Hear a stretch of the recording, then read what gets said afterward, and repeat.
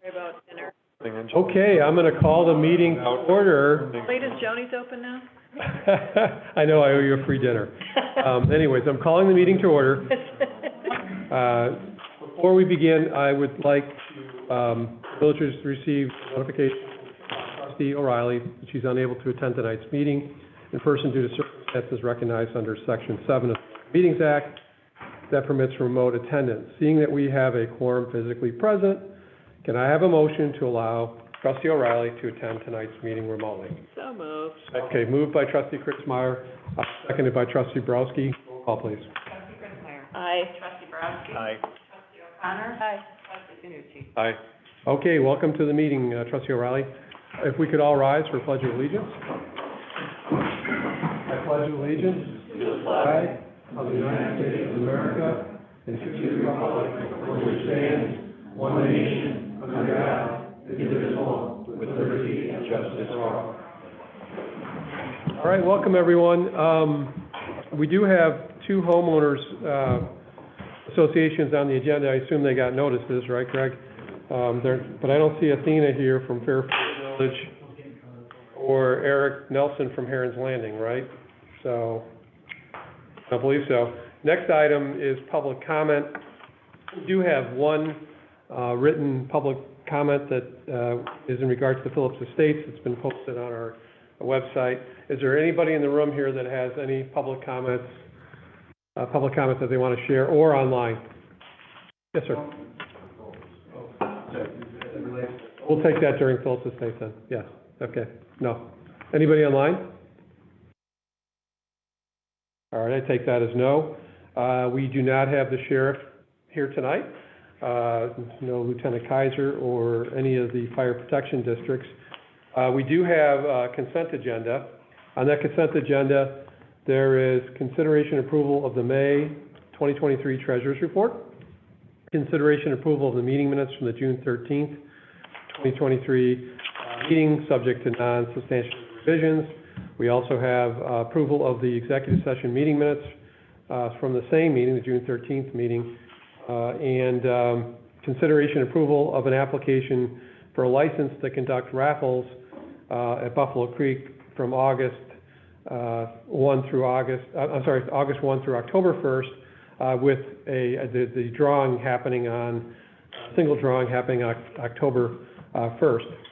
Anyone have any questions, or does anyone want to make a motion to approve? Just a quick comment on the treasurer's report. I do move that we accept it. I don't want to take it out of there, but it's the beginning of the new fiscal year. Mm-hmm. And you'll see on the thing that we, all the different actions that we took last year, we're now making payments to the TIF, from the TIF district to the intercompany owed.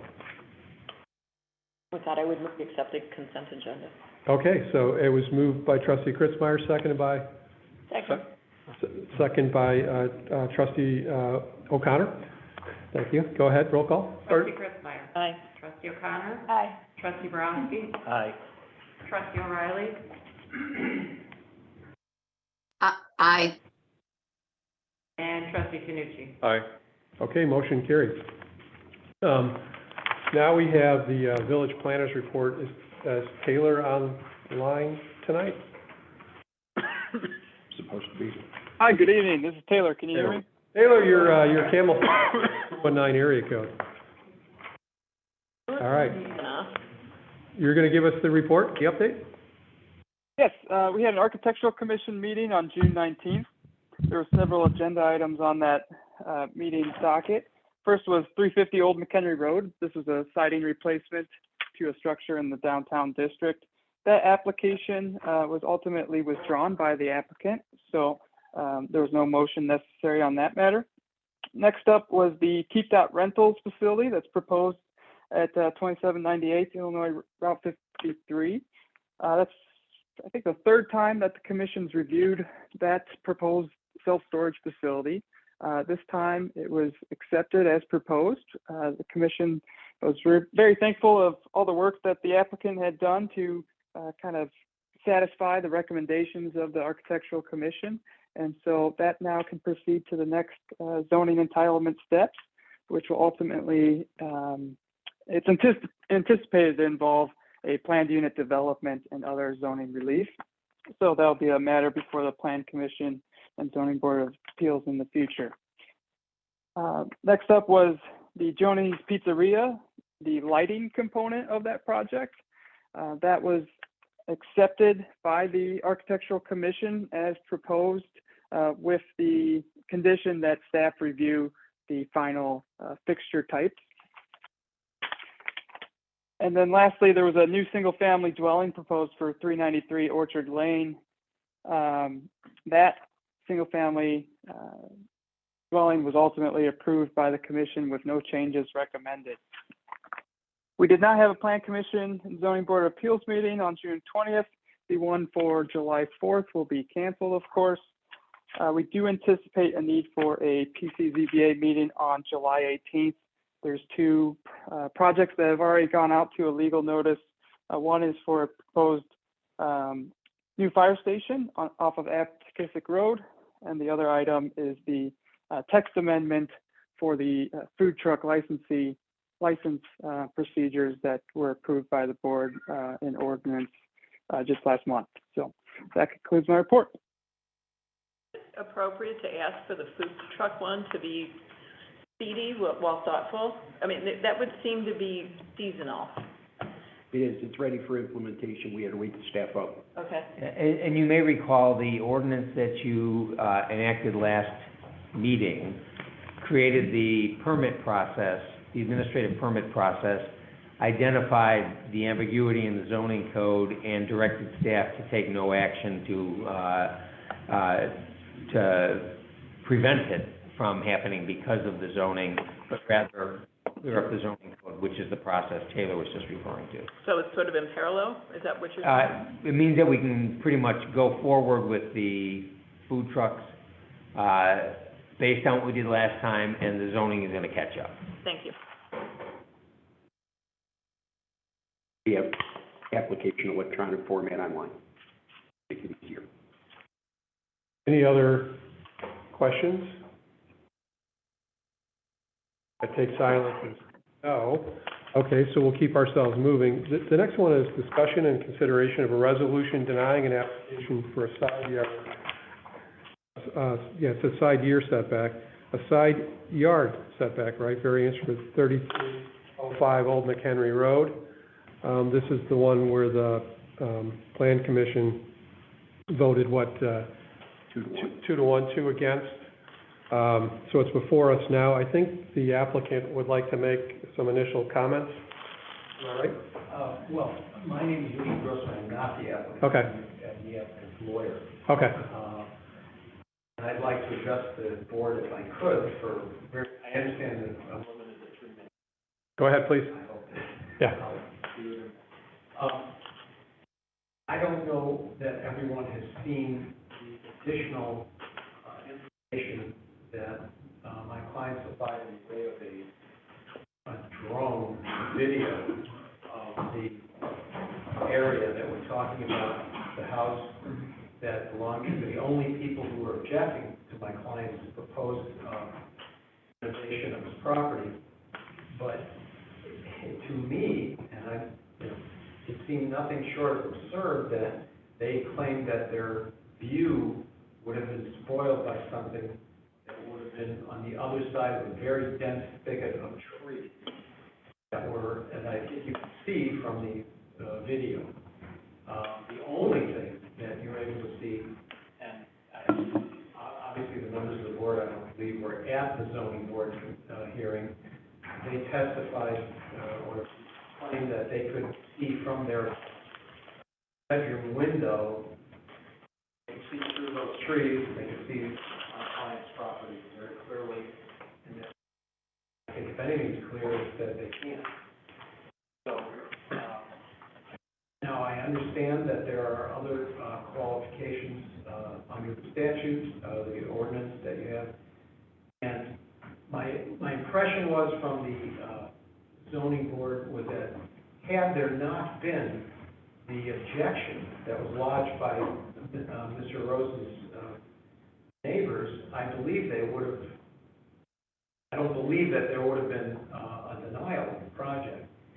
And seeing as, I'd also like my clients will be able to address some of these trickier, issues about where things are on the property and so forth. But essentially, what my plea is to the board, that they recognize that the objection that was lodged is, I think, unsubstantiated. And so I would ask the board to reconsider the zoning board's disapproval of the application. Thank you. It's Mr. Rose, is that right? Hi, yes, thanks for the opportunity to address the board. So I just wanted to kind of briefly discuss or point out to the village board the items that, the reasons that I think the zoning board voted in here, and that is because one of the main comments at the time of decision was, well, you have 3.3 acres. And I believe there should be some other place on that 3.3 acres other than the proposed setback area to put the garage. What that zoning board commissioner wasn't aware or didn't see on the exhibits was that of the 3.3 acres, 1.8 acres is heavily wooded property that runs along frontage of Old McHenry Roads. And you've got 100-plus-year-old old growth trees. We've spent the last 5 years, and I'm sure when you drive by, you can see we've been restoring it to its native condition. We've spent tens of thousands of dollars with arborists and specialists, and we've removed all the invasives. Now we're at the point where we're restoring it by replanting native tree and plant species. That's one huge chunk of our property. What the other issues are that in the front of the house, there's no room there's only 50 or 60 feet to the property line, so it's physically impossible between the front of the house facing west. And then we have our septic field to the north towards the new house that's being constructed at 3307 Old McHenry. And I'm sure most of you have seen that. It's a fairly large project. We have utility lines running up in, Nighthorn, Conrad, running up and down the driveway. But I think the biggest hardship is that because of the way that they subdivided I don't know how many of you are familiar with the subdivision where I live at Cuba and Old McHenry, but it was originally a farm, A.J. Bonney's farm. Our house, our plot, is the original farmhouse, which was originally in the middle of the property, and then when they subdivided the parcels, it turns out that the only driveway access we have from Old McHenry is in the far south and southwest part of the property. I believe that's the hardship in the sense that anywhere else on the property that we don't have utilities or a septic field or woods, there's no access from the driveway. And I tried to point that out at the zoning board, but I don't think it was fully absorbed. So I feel that the other thing is that I know that the reason that my wife and I moved to Long Grove is because of the beautiful wooded areas and the solitude. And the last thing in the world I want to do is something that would jeopardize the health of these 100-plus-year-old trees that I've been working to, be healthy and nurture back to health because they've been ignored for so many years. So I would like to ask the board to please reconsider that decision, as I think I've also demonstrated that the one spot that I'm asking to put the garage within the side yard setback, as my attorney pointed out, and I brought professional drone video in, showing that the objection, the one and only objection from the neighbor to the south is unfounded. And I think the video tells the whole story. I know that there were letters of support from two of our other neighbors. There were letters from two arborists, Dayton Tree Company, which is in Long Grove, and McKay Nurseries in Waterloo, Wisconsin, addressing the fact that the structure being 21 feet away from the existing trees in our neighbor's yard is not a concern. So I feel I've demonstrated everything that needs to be appropriately looked at in this situation, and I'm hoping hoping that the village board will agree. Thank you. Thank you. Thanks for your comments. I guess we can turn it over to the board to maybe ask more questions, or Vic, do you want to say a few words, or? Well, I think that as the PCZBA's recommendation was against, the village board will need a supermajority to approve this. And it sounds like the basis on which the gentlemen were speaking tonight were things that were not presented to the PCZBA. I understand that's correct, like the drone video was a new submittal. So, you know, there's a little bit of a lack of opportunity for the PCZBA to fully chime in. I think the board has the right to independently act, but it does require the supermajority vote. The board can deny it per the recommendation, or the board can hand it back to the PCZBA for further hearing and an opportunity to have them consider this additional evidence. I would note that if the board wishes to approve it, we don't have an appropriate ordinance before you tonight because it wasn't part of the direction, and so it will have to be continued till the next board meeting, July 11th. 12th or 11th, yeah. But that would be that action. So it would be just a motion to continue tonight with direction to prepare something, and then at the next meeting, you could consider it, but it would still require that supermajority vote. There was also absence of a couple commissioners. Yeah, at the PCZBA, there were some, it was a bare quorum, and, you know, if it were remanded, that might provide a more fulsome review of the request. Can I say, one of the CPA was, not voted because they're. Yeah, she recused herself, yeah. So there really was, there weren't very, I don't know what the complement is, but there weren't a lot of people voting. Right. 3 people voted, so. Understand that, yeah, that's taken into consideration. I'll just turn it, Chris, you look like you wanted to say something. Well, just really a question. So has village staff opined as to whether or not there's an alternative location to place the garage on the parcel? Have we looked at it and come to that analysis? I went out to the property. Mr. Rose asked me if I would come out and put eyes on the property, so I did. No? Walked the space, and as he describes it, is accurate. It's with the utility lines, the septic field, the limited space between the house and on the one side of the front of the house and where the garage would be. So everything there is valid in his points he makes. I looked at the area where the garage was proposed to be placed. The landscaping behind it was full and healthy. I know that, at least Mr. Rose informs me that he had discussed at that PCZBA meeting, as well as his neighbors, about augmenting that landscaping to strengthen the package, if you will, or the screen from the neighboring property. It's a tough location if it's going someplace else. There's going to be a number of things involved. Which way does the septic go?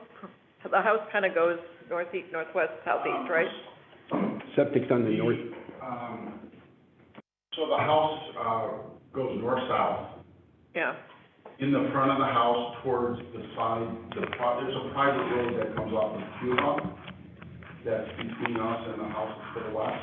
It's like a private access road. Okay. So between the front of our house and that side road, and that front yard to the west of our house. That's where the septic is? There's a septic tank, and then there's a basin, a grease trap basin, and then the septic leach field, it all goes to the north of our home. Gotcha. Running east-west. There's 6 leach field lines between our house. So it curves around your house? Right, correct. Okay. So we're really jammed in there. There's just no other reasonable place to be able to put the garage. And What's the proposed height? so that's the other thing we did. We addressed that. We actually went with a 2/12 pitch for the trusses as opposed to a traditional 4/12, so as to lower the height to 15 feet from 17.5 feet or 17 feet, which is the standard. So we've actually brought the slope of the roof down, even the pitch, much more flat plane. So the max height proposed is 15 feet right now? Yes, sir. Thank you. Any, other questions, comments? Go ahead. I was just gonna ask, the neighbor who's objecting, is that neighbor present tonight, in person or online? I don't see them. I don't think they're online, so. Okay. I- No other I questions? just have a clarifying question or two for you. You mentioned, and I didn't quite, I followed everything but this one sentence, that without having a driveway on Old McHenry, because that would be, that it's a limiting feature, I think you said. And therefore, your driveway is a super long driveway? Is that what you were, Our is that the driveway point is- you were making? Sure. So our driveway entrance is on Old McHenry, and it goes east-west. Yes, But it's on, our property on Old McHenry, the entrance is on the far south side of the property. yes, So in other words, the property line to the south is where our driveway parallels, and it comes in from Old McHenry.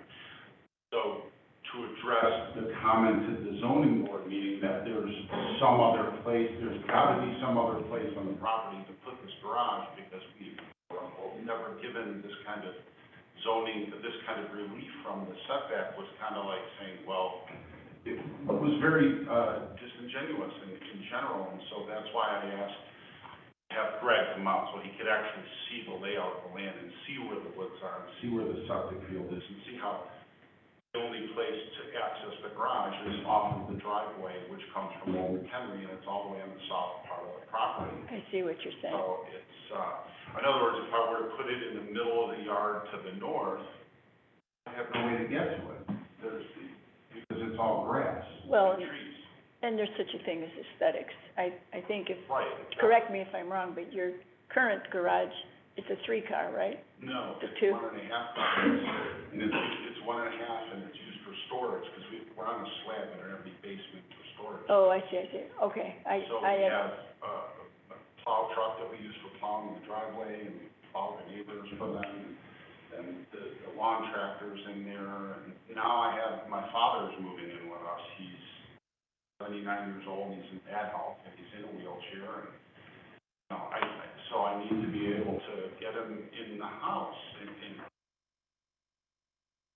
yeah, you know, I hate to use that as an excuse, but I'm doing the best I can to take care of my dad, he doesn't have anyone else, so I'm trying to make this reasonable. sure. And is it your opinion that even in the winter, you would don't have a hard time seeing through the shrubbery Well, there? correct, if you look at the video, it's not just the shrubbery on the property line, but so their house is 191 feet south of the property line. And from between their house and the property line, there's 3 giant weeping willows. There are more trees in between them and the property line. So even if there was nothing on the property line, they would still be obstructed, and that's why we took so many drone videos, aerial shots, and from 6 feet off the ground, going 360 degrees, so you could actually see all of the things in their yard proper that obstruct their view of the property line to begin with. I see. And like Greg said, I also offered to them as a solution and a way of compromising to plant more evergreens in between their evergreens and our row of trees and bushes to, he said, make it impossible to see through. But they just didn't want to compromise, and it's kind of frustrating, because I don't know what more to say. You'd think with 3 acres, we'd have like tons of room, and I'm on 3 acres, and it's like. It's how everything's situated, right? It is. Yeah. Where, Absolutely, it's like, you know, you got 3 acres, at the why'd you put maps, it it's there? actually very helpful. Right. Yeah, well, I don't know if I need to do that right now. Problem? The truck. Trustee Tanucci, did you have something? No, I have nothing else. Trustee O'Reilly? I wanted to ask a question first. did the ZBA know about the change in the roof line? Yes, we did. They did, okay. It seems to me that with the very few members of the ZBA that actually voted on this and heard this, and if the information about the ancient trees was not privy to them, that this needs to go back to them and have a full hearing, maybe not a full hearing, but a hearing with more members present to vote on it. All right, that's good feedback, and, Trustee Kritzmeyer, anything? I tend to agree with Bobby. I can give some other, to be consistent with things I've said 3 or 4 years ago, nobody's owed the view they bought from their next door neighbors. You know, so that doesn't, I'm not trying to be obnoxious, but there is a level of like trying to be practical and do things. I think I would send it back to PCZBA and ask them to take a look at those. And can I ask another question too? Because I think I'm hearing that there might be some flexibility, because I think it was 5 feet at first, then it was 15. Now I'm hearing a little bit further than that. So our proposed setback is 15 feet. Okay, But their trees are 6 feet to the south of the property line. So Okay. the net setback to their trees would be 21 feet. okay, We can't go any further than 15 feet because there's a 20-foot setback from the house going south for fire safety reasons. So if we go further north from the property line, we'd be literally infringing from one setback to another. So it's like jamming around pegging a square hole. but, okay, thank you for that. Am I also understanding that you would plant more trees then? Yes, yes. And at the ZBA meeting, we had Steve Melnick testify from Hearthstone Custom Builders, who lives in Long Grove. He's a custom home builder. He has 6 projects going in Long Grove right now, and he even testified to the fact that we have a very specific drainage plan to address any issues with drainage, so that it's all shedding completely towards our home to the north. Okay, And then to the east towards the woods. So we've addressed every actual issue that they've had, and the neighbors still are objecting.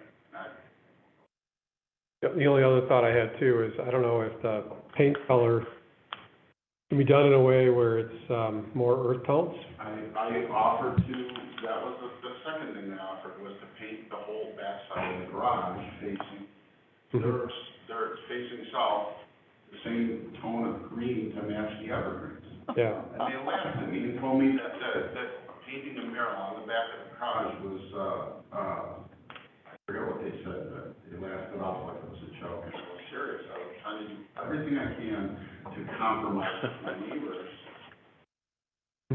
All the other neighbors support it. I mean, would the board be agreeable to send it back to the planning commission to have them take another look at it? I actually have a question about that, but go ahead, Chris. I was just gonna ask, do we have enough support to move it forward and be done? That was gonna be my question. All right, Because I don't want it to bounce back. but, okay, so, but what, if you move it forward, what would the requirements be? Want to go over those? Again, just to point out what Vic said, there's nothing on the agenda to vote on moving this. Yeah.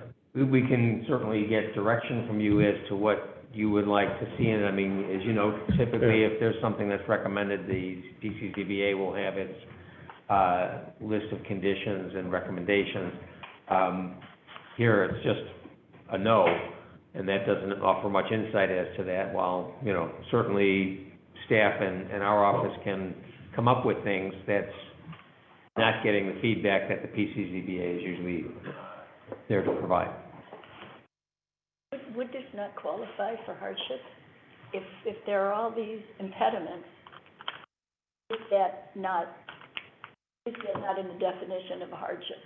I mean, Hardship is a discretionary matter for the appropriate body for the recommendation. It's the PCZBA that, at least of those who voted, did not find that. The village board doesn't have to come to the same conclusion.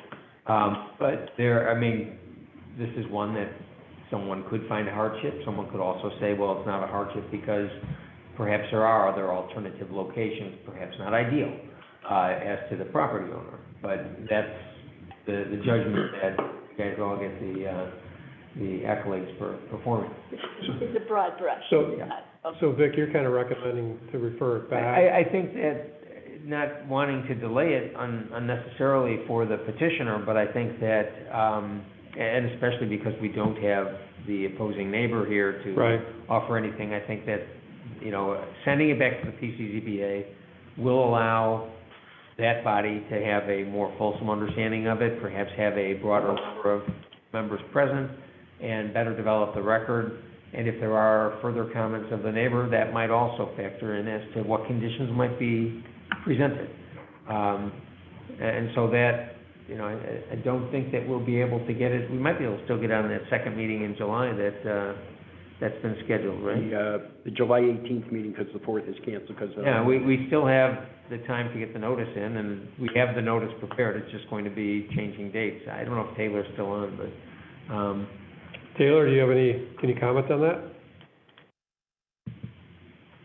I don't think he's here. If that's the direction of the board, yeah, we can certainly do that. Is there any way to try to, no, we can't really. They had a quorum, but knowing that they've got an an abstainer no matter what, it would be really nice if there were more people. It would be, not only that, there would be, I think, just stepping back and maybe there is some compromise that the neighbor would be agreeable to, right? and there needn't be a compromise between the petitioner and the neighbor. I mean, obviously, that's a preferred approach, but, sometimes there are controversies, and this one has that element to it. And that vote was 2-1, so somebody on that board saw the same thing or heard the same thing or took something away from it, so. Trustee O'Reilly, did you have a comment? I was gonna say to Vic's comment, but that doesn't mean that the ZBA can't require, and the petitioner has offered to put in a denser border. That's correct. And again, some of these factors, I'm not quite sure how many of these things have been post-recommendation, such as, I know that the drone was post-recommendation, but maybe getting everything consolidated in a package with the drone information as well before the PCZBA may result in a more informed and perhaps different outcome. Yeah. It would, that question I asked about septic, I read all of the stuff we had and I didn't see that there, so if I missed it, I'm sorry. That would. I think the only way I was able to tell it was marked through the zone, or the drone showed it in the mark. And I couldn't see the drone. Yeah, I saw it this afternoon, so. Does somebody want to make a motion to, what's the motion to refer? It would be a motion to remand it back to the PCZBA for hearing and recommendation. Okay. So move. Moved by trustee O'Reilly, Second. seconded by trustee Borowski. Trustee O'Reilly. Aye. Trustee Borowski. Aye. Trustee Christmeyer. Aye. Trustee O'Connor. Aye. Trustee Tanucci. Aye. And then the effort, Taylor, while you're still there, I think we still have time to get the publication in, to get it for that July meeting. So I think that would be the objective of the board, and that might get it back to the board then, still in July. Okay, motion carries. Thank you. I just have a Sure. procedural question. Yes. I guess I have two. One is, if the PCZBA says yes, then is it, that can they get a permit and start the process? It's gonna come It back will to come us. back. It comes back to us, We no can matter get what. it on the PCCBA agenda for the 18th, I think that's the date. Then it will be coming to the board on the 25th. Right. And, again, if there's a recommendation in favor, then we can have an ordinance prepared for the board's consideration on the 25th, which would move things along in terms of any kind of permits. And you would no longer need a supermajority Correct. And, If there's a if there's a yes. recommendation in favor, yes. and can you still get, if that is the case, can you still have construction take place before the snow flies? So I didn't catch all the dates, but you're saying that basically. It's another month. If you were, Back to- if you were approved on the 25th, Kevin, Yeah, absolutely, we have August and It'd be 4 weeks from now. Yeah, I don't know how long permitting takes, but, I don't see an issue. And I've never, the one permit that I got was for a deck that we built, and it wasn't, so I don't know how long permits take for that. I'm hoping to get this done this season. Well, Greg, it usually takes about a year with Greg. So, That's freedom. I'm just kidding. It's a joke. So you would Sorry. be able to yeah, still, I feel that's Okay. reasonable. I mean, I'm all for it. All right, we'll keep us moving. Thank you. Thank you. Yeah. So the next thing is discussion and consideration of an ordinance granting final PUD approval for Phillips Estates, the Phillips Estates sub. Who wants to set this one up? If Taylor wants to give a little bit of background on the plan, and then I can talk a little bit about the ordinance. Taylor? Oh, just real briefly, you can hear me, right? We can, yeah. Okay. Just real briefly, this has already gone to the village board as a preliminary PUD last year. This was a previous planned unit development called Canterbury Park.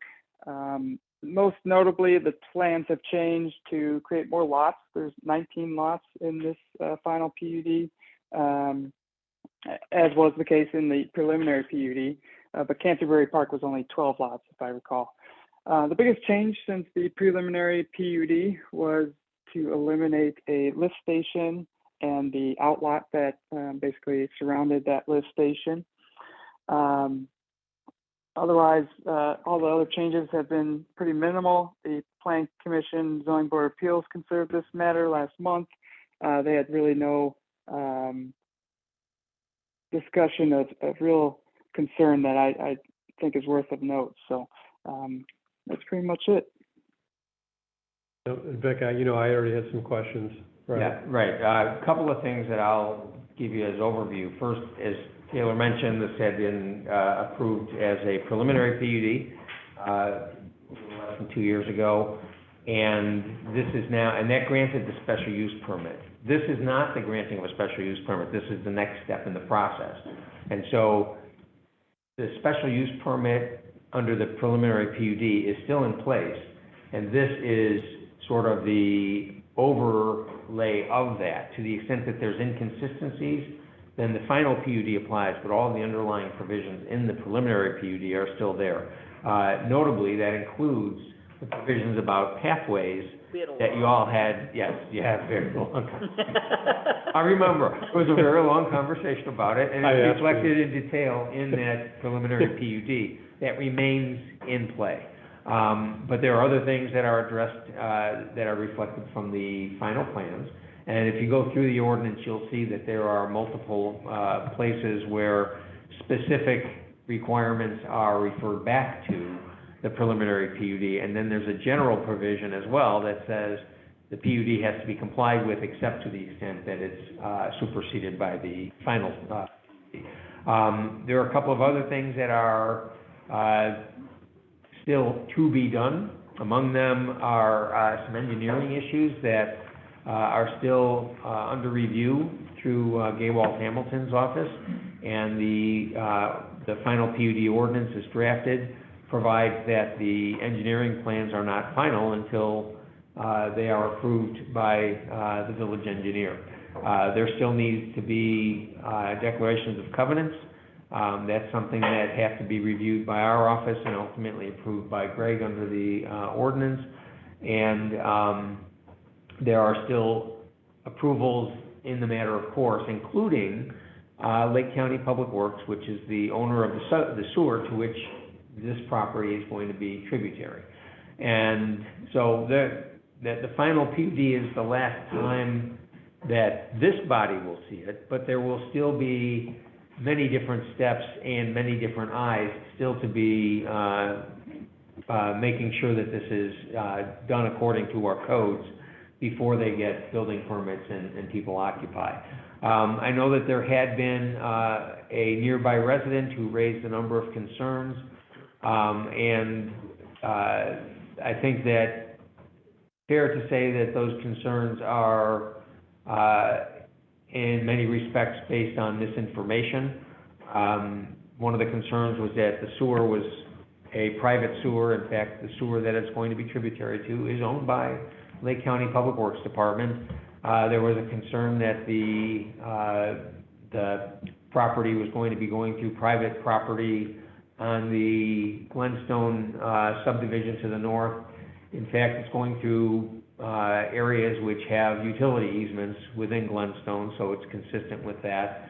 There was a comment about private utilities not going through there. Well, clearly, to the extent that the county accepts this is a public utility, but even if the county were to say it's only going to accept it at the point of connection, it's still a utility line that's serving 19 homes, which has a public aspect to it. And we don't define in our code what public utility is for purposes of installing utility lines under streets. And this ordinance sets out specific standards in the event that the county doesn't accept their force main connection. And all of those requirements are pretty much consistent with what we would require of a public utility. And so I think that issue has, while an appropriate concern, has been addressed as well. And there's an ongoing contention on the part of this resident about the private rights that he and neighbors have. That is not a village issue. That is an issue for the developer. It does appear from the plat that there are existing utility easements, so the problem seems to be more a matter of misunderstanding, but ultimately, we're not the arbiter of that issue. That's going to be something that, if someone wanted to raise it as a contested matter, can bring it forward into the courts, and the courts are the right people to decide those conflicting or purportedly conflicting property rights. So I think that the draft ordinance is before you tonight. I think it covers all the bases and has a recommendation of the PCZBA. I'm happy to answer any questions, or at least try, that you may have, and otherwise it's to you to consider whether or not to. So are this road a private road or a county road? The road within the subdivision is private. No. Well, it's privately maintained, right? It will be privately maintained too. But it'll be a public road though, right, technically? Philip No, Court? within the subdivision, that is a private road. It's a private road. Right. The point that is raised in that comment letter is relating to the extension of the force main from the subdivision north Across Cuba. Across Cuba. Right. And that is, again, it is not uncommon for a utility line serving multiple properties to extend under streets or along streets. And so we have made sure that the rules that apply for any other utility line like that will be applying here. Okay. And the HOA will be, the developer and ultimately an HOA, assuming that the HOA is transferred, all that responsibility will be financially responsible for that. So this Philip Drive and Philip Court will be privately Yes. owned and maintained. Right. Then it goes out to Cuba Road. What happens to the land that the outlot was going to? The outlot was going to contain the lift station. Does that just become part of the two properties that theoretically surround that? I didn't go back and do a comparison as to where that is. Looks like this gentleman may have the answer. Thank you. Oh, what do you know? Look what he has up his sleeve. That's the picture I'm looking at. My name is Stephen Cross, President of Cross Engineering. I've been involved in this project from the beginning. Yep. Happy to be here tonight, but essentially, red and blue, the red is the old site layout. And all we did was we took outlot, the E&L showed around there, and distributed it to lots 13 and 14. I see. And the outlot, the pond outlot. So we kind of reconfigured that, made those lots a little bit bigger. Okay. I assumed that, but I wasn't So 12 is the same, but 13 and 14 got bigger? Okay. Yep, that's it. And- Everything pretty much lays over the top, and the road didn't change one bit. Got it. Ponds, everything's set, this area right now. Bill, And could you ultimately, have all him of turn those around? outlets, Yeah, can you, get it on the camera over there? Camera's over there. Oh, Bring never it all the mind, way. it doesn't show.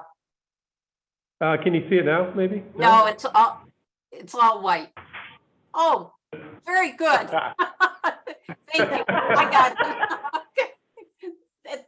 Got it. Okay, and thank you. ultimately, the outlets are all going to be maintained by the developer until it's transferred to the HOA. So again, those are going to be, not on the village's, back as far as any kind of responsibilities.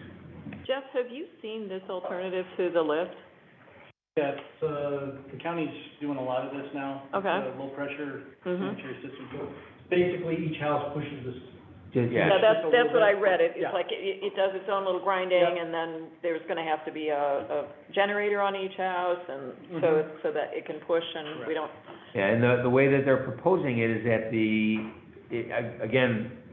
grinder pumps are not a new technology, they're improved quite a bit. And they have, usually our responsibility is of the homeowner. But because of the approach that this, developer is taking, that is going to be assumed by the HOA entirely. So they'll have the appropriate easements to take care of them, but they're gonna take the financial and maintenance responsibilities for these grinder pumps to get to the force main. That'll go to the, their local force main to get to the county force main. I just would hate to have, 20 years from now, somebody thinks that the village is responsible for taking away sewage and Well, it'll happen, but anyways. I won't care. Yeah. What happens when there's a power failure? Don't flush your toilet generator. They will have backup generators. at each house? Yeah, that's, It's it's part of their, buried in 93 pages somewhere in there. Yeah. Oh, okay, I didn't see that. it's in the And engineering. it's for more than just that, it's a backup generator to serve the whole house, I presume? Could be. I didn't look that closely. Is that an option to each owner to upsize?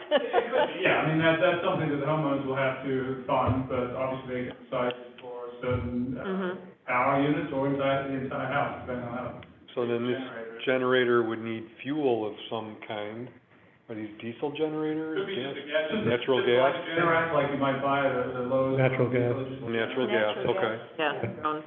Okay, so that's good. You don't have to- Trustee O'Reilly, did you have a comment, or? Yeah, no, I have a question. I want Vic to educate me on the question of impact fees and the park site being such a big number. Where does that money go?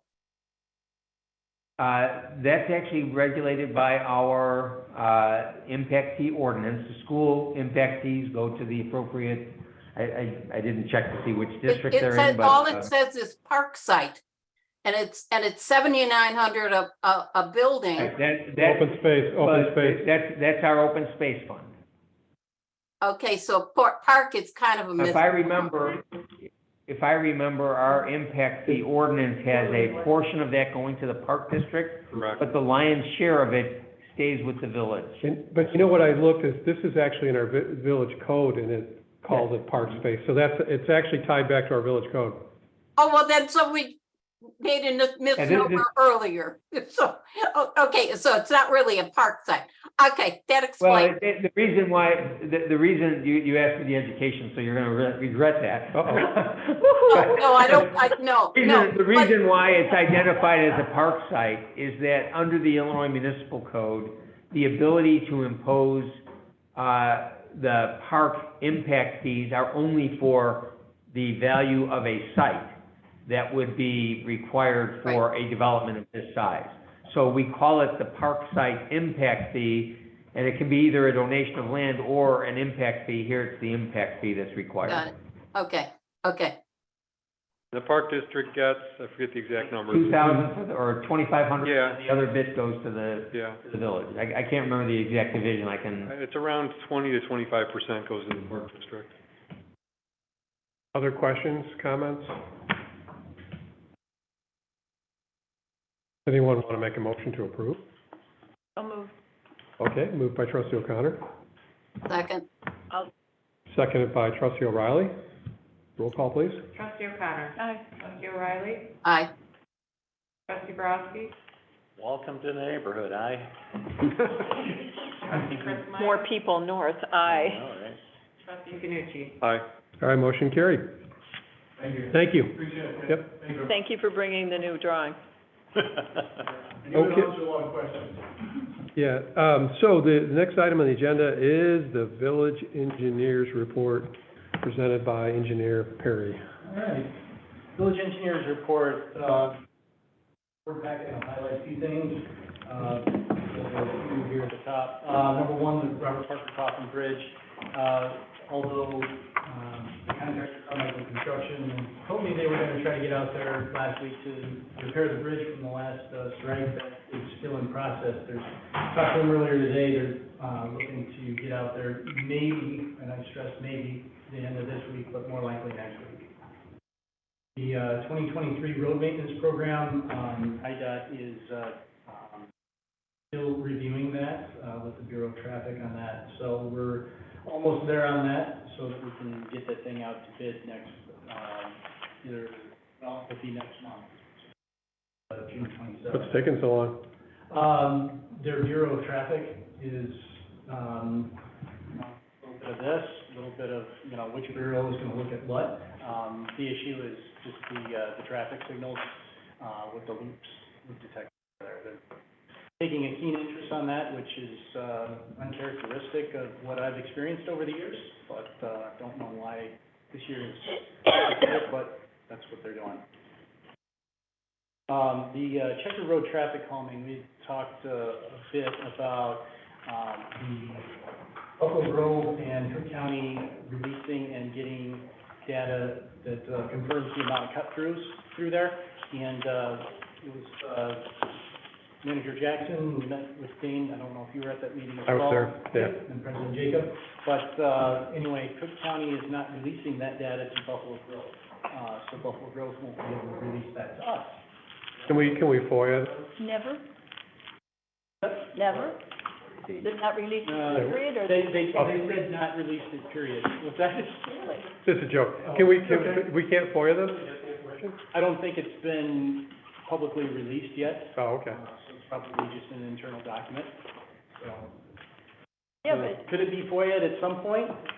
Yeah. we spend public money. Right? It may still be in a draft form that it's undergoing analysis for purposes of developing a public policy. That would be an exemption of the FOIA. Got it. So, long For story short, education, huh? Manager Jackson and I are putting our heads together on how best to, wrap the traffic calming and make a final recommendation for implementation. We could take turns counting cars. Clear. Recommendation, there's always a, do nothing. So, Village Hall expansion, there was, scheduled to be a meeting last, Monday that was canceled. I'll get to that here in a minute, but, there's going to be the second meeting with Bold Architects on Thursday. Thursday, yep. Yep, to continue moving forward with that. As reported a couple of meetings ago, currently in schematic design here the next month, and then that'll come to the board for review, input, comment, and then in August, September, final documents created and prepared, bid in the fall for either construction in the winter or spring of 2024. So the aforementioned meeting was canceled last Monday because of a water outage. The water plant, a week ago Monday, there was a power imbalance from ComEd with the three-phase, actually phase A of that three-phase to the water treatment plant. And the phase motor relay actually did its job at the water treatment plant. The power surge imbalance in this relay prevented the motors from turning on. If it would have let the motors turn on, that power surge would have destroyed the motors, which are very, very costly. So that relay needs to be, it's in working order. but with the shutdown, it does need to be replaced. It's on order. It should be back here in a couple weeks. We have met with ComEd out there at the water treatment plant, and they recognize the issue and actually are working on their capacitors to fix it. That's about all I know of electric knowledge on that. And I was particularly interested in that because when I first heard about it, this has happened before. And usually when it does happen, the generators kick on, but for this one, the biggest motor relay kicked in, didn't allow the motor to turn on. So ComEd is working on it. It gets resolved this time around. Don't have a time frame on that just yet, but I did everything. The water outage resulted in a boil order for today. 18 hours. Yep, so we got it, between ComEd and our office.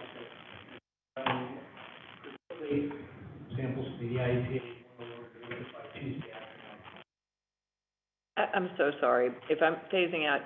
Basically, what I heard was the electrical stuff worked as it should have, but that still resulted in a power outage and loss of pressure. There's not a better design?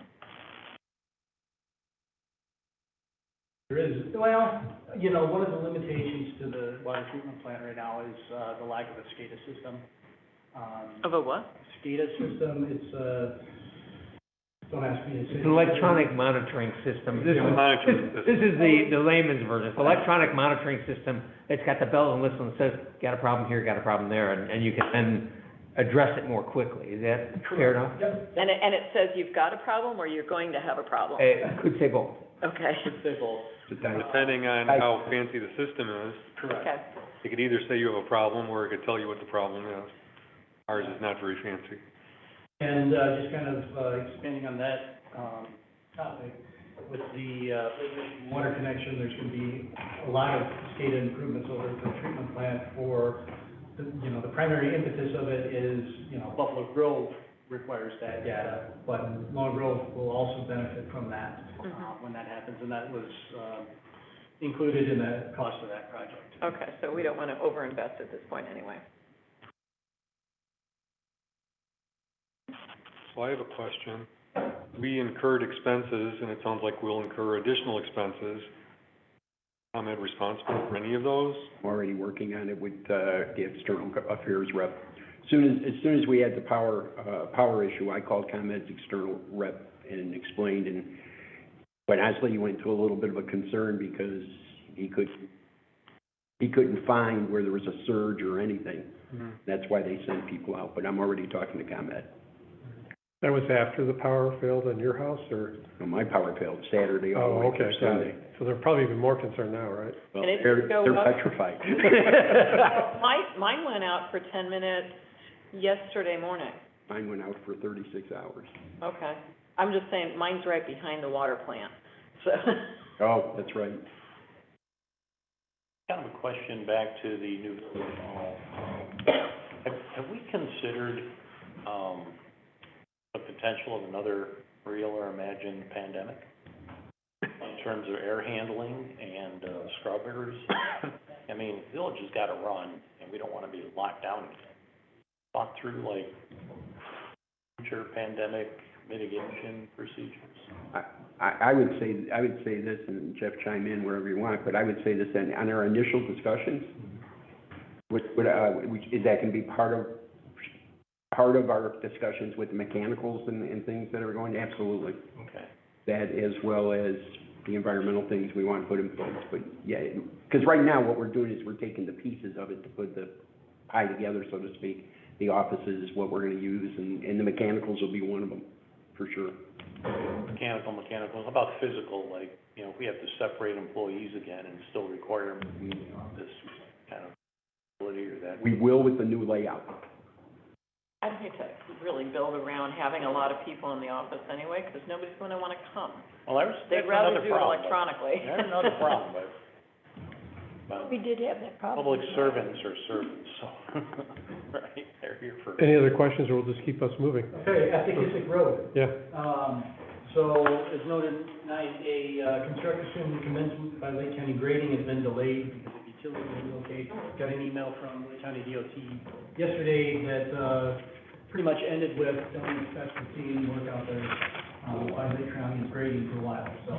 Utility relocates are still ongoing, but moving very, very slowly.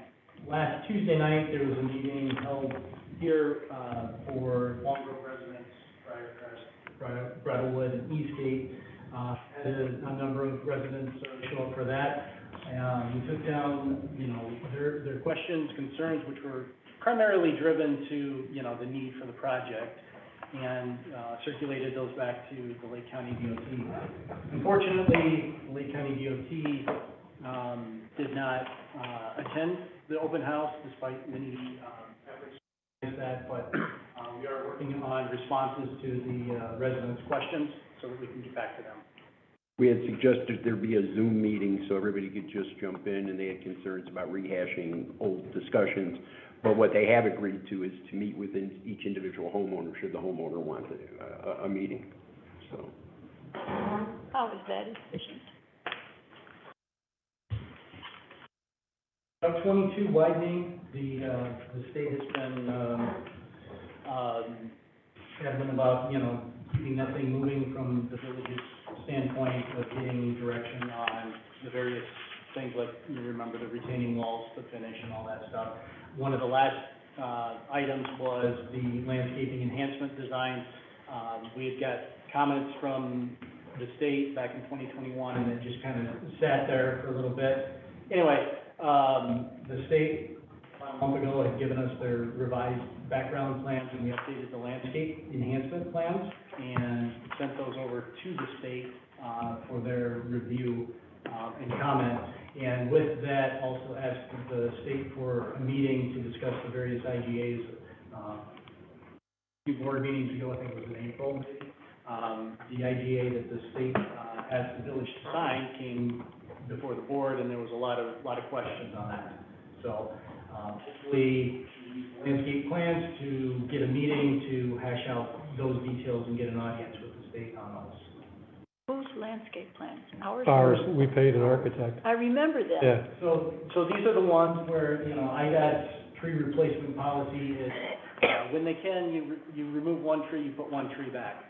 Well, along Route 22, one tree, which is 36 inches diameter, and putting one tree back that's 3 inches is not, you know, could bring into a question of fairness on that. So the village has asked for additional trees to be placed in select areas, you know, honoring good forestry practice and things like that, but make it a little more populated than what IDOT's policy currently is, in hopes to, you know, preserve some of that corridor. As we know, the mature trees that are going to get removed, you know, can't replace those, but, you know, do put your best foot forward and put your best effort to get that corridor reestablished. We talked about involving the Conservancy Committee people from our village to guide us on that and give us input. Now, you know, now being the last few years, and I'm sure moving forward, there's a big emphasis on native plants and what's resistant to road salt and, you know, all of those considerations, that it's an entrance to the village, and it might be an opportunity to enhance it. Yeah, a couple of years ago, we did get some feedback from them, but now that the plans are evolving, absolutely, re-engage them. Okay. Craig, is that something you'll do? What was the last thing he just said? I missed the last sentence he just said. IDOT Now is that what? the plan, go ahead, you just repeat it. Yeah, now that the plans are evolving, we want to re-engage the corridor committee. Okay. Could I ask one question, and that is, Go ahead. does IDOT not use an inch for inch? You take down an inch, you replace it with an inch of tree? Oh, their policy is one tree for one tree. Oh, Lord. So, that's also why on Route 53, when they did that channelization project over by the senior center, They didn't plant very many trees when they were done. So, we've seen that and trying to get ahead of it just a little bit on the Route 22 widening project. So Wow, who we has- can't fall back on our ordinance? Yeah, but part of the problem with that is that horticulturally, from what I've been told, is that a tree has the best chance of survival when it is a certain number of inches. You can't dig up Yeah, a we tree. went all through that with an arborist a couple of years ago. And that was interesting. I'm not saying put up a 36-inch tree. I am saying, though, that if you're taking 36 down, you certainly ought to give us more than 2 inches. Or maybe a few more than one tree. Yeah. Right. I would take more, Small trees, those are in their forever place, but more of them. yeah. The wall right now is with IDOT? With IDOT, yep. Okay. And kind of on the side, concurrently, reengaging the scenic corridor committee to make sure that, everything that we have is, has their, Still our yeah, best exactly, idea. in the village's best interest. Still our best Correct. idea? Oh. Yep. Okay, keep going, Jeff. All right. So, Are easements closer to finishing? I have not gotten an update, and my suspicion is, no news is good news on that one, or no news is Oh, not well, good that's news. not exactly how it's worked in the past. No news is bad news. Yeah, exactly. I said it incorrect the first time, so. Yes, you did. Yeah. Let the minutes reflect. All right, Towner's subdivision will, that's the next agenda item. Keeping tabs, number 16B, this is the erosion violation, filling in the wetland at Poles Nursery.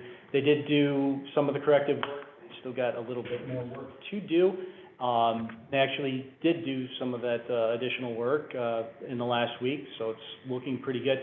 Challenge now is just to reestablish it and try to get some grass growing while it's 90 degrees outside and not much rain. Other than that, a lot going on with the permitting end of things, but that's a point where I will see if there's any questions. Any questions for Jeff? All right, take silence if no questions. We'll keep ourselves moving. Thank you for that report. Next item on the agenda, Jeff, you may want to help us introduce this. Discussion and consideration of resolution approving the matching grant funding not to exceed $78,000 for corrective action, Towner subdivision, drainage, stormwater issues. Okay, certainly. So, not to rehash the whole thing, but at the last board meeting, I reported that Lake County Stormwater Management was very receptive of a grant application at this point in the year to review and approve for the Towner subdivision drainage. And this is to install a pipe to get the water to run, as I've expressed it, under the hill so it doesn't flow directly into the side yards and the rear yards of Mr. Tudor, which is your neighbor. So that grant application was submitted. The county's typical grant is $50,000.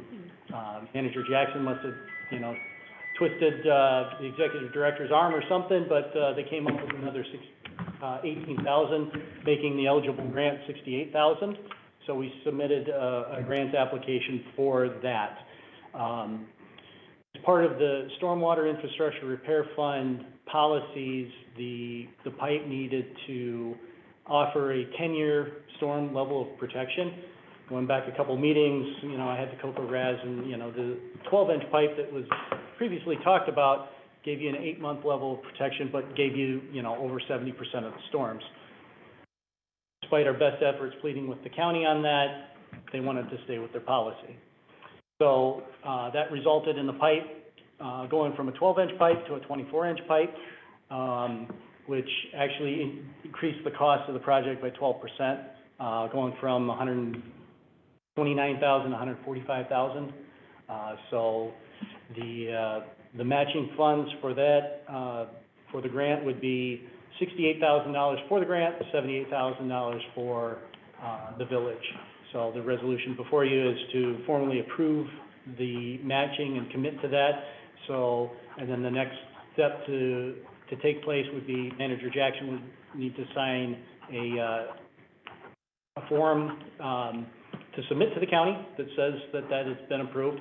And then the county can review it, and it's currently still on the, county board or county stormwater management commission, meeting agenda for July 5th.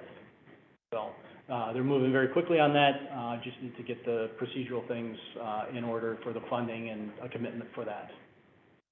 Is there a possibility that the people who have filled in their culverts over the years can, sort of, can create a problem for what we are trying to improve? In other So, words, it's not gonna make it Further up Yeah. up towards, Willow Spring Road, you mean? So the $145,000 does include, maintenance of some ditches, so that we can address that to get the water down there, because as you may or may not know, if you've driven through there after a rain, those ditches are full, don't convey the water, so if the ditches upstream of this pipe don't convey the water, and we're putting in a pipe, great, but the water's gotta get there. That's what I'm, Correct. It seems like we also should kind of give ourselves a tickler for communicating with the neighborhood about the need to go out there and do some stuff on your own too. well, yeah, I mean, if we do nothing, it hinders the flow, which is stupid. And I know we're gonna hear, well, I didn't do it, it was that way when I moved in. It's like, well, tough, too bad, tough noogies, you know? I think there ought to be some sort of cooperation. We can, I think what would be appropriate is once we get a time and action on how this plan goes out, just like we would visit a neighborhood or have neighborhood meetings when road projects would go, we would do a neighborhood outreach along these lines and then talk about the relief that's gonna come from this project, but that's not all. You've gotta do your part with this, and we can do that outreach as part of this when we launch. Do we have authority to do that, or is it? I don't think there's any problem with communicating it. Okay. Physically going and doing something's a different, on private property is a different story. Right, you can't do that. But I think communicating and bringing out awareness and showing an investment to offer relief, gives us an obligation to do that. But can we also help them with someone who could do it have them pay somebody to do it, if they know who can do it? Provide a referral or something? Meaning a list of referrals, or we have Gila Township? Yeah, you know, Joe over here could hire out to do it. I don't know if a landscaper would do it. But if we can be helpful in helping them get it done, because Mr. and Mrs. Citizen probably can't go out and do it themselves. And maybe on, to that end, Jeff, what, recommendations on what should be done, right? Exactly.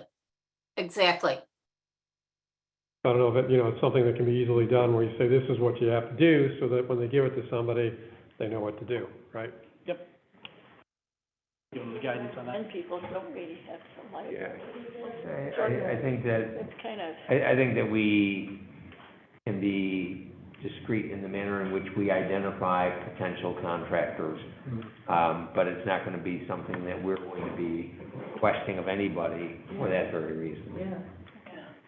But it's like. I understand the delicacy of it, but on the other hand, I also think it would be helpful to people who don't know how to do it. It feels a little, I mean, it's not the same area, but it feels a little like, did you know the teasel on your property needs something maintained also, It's not obvious. Right. I ignore those memos in my mail, So let's make sure Can I move this to approve this? Second. Oh, okay, so moved by trustee Borowski, seconded by I have an trustee Chris Meyer. question. I've heard the term and see it here. It says 10-year level of protection. What does that mean? So rainfall has a bell curve, and when you get to the rain that you're anticipating for a 10-year storm, you've got to account for that. So that means it should handle all the water except for these 10-year storms. Above the 10 years. Above a 10-year storm. They redefined them 3 years ago, I think, right? They need to redefine them. Yes, They redefined that it's raining more. we had. I wish it was right now. That's right. But anyway, we'll get significantly more protection with the 24-inch pipe than the 12. Correct. If we wanted to put stuff on record, I think it's really a good thing. We took this division into Long Grove. We don't have a legal obligation to do what we're doing, but I think it's the right thing to do. Okay, so that was moved by trustee Borowski, seconded by trustee Kritzmeyer. Roll. Trustee Borowski. Aye. Trustee Chris Meyer. Trustee O'Connor. Aye. Trustee O'Reilly. Aye. Trustee Tanucci. Aye. From a budget standpoint. Okay, motion carried. From a budget standpoint, we do have money in various lines that can accommodate this matching funds, but it's likely that come year end, we may have to look at an amendment, just kind of. I think overall, I would feel very comfortable with it, but it might not be in the right budget line right now. Mr. Finn, will you tell Mr. Tudor?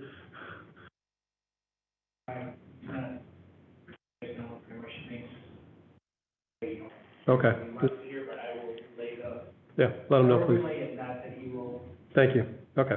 Can I just say thanks to Jeff and Greg for coming up with the idea on the matching grant? I mean, it was great. You guys drove that, and I think it's a good win-win for everybody. So, thanks. Nice job, nice job.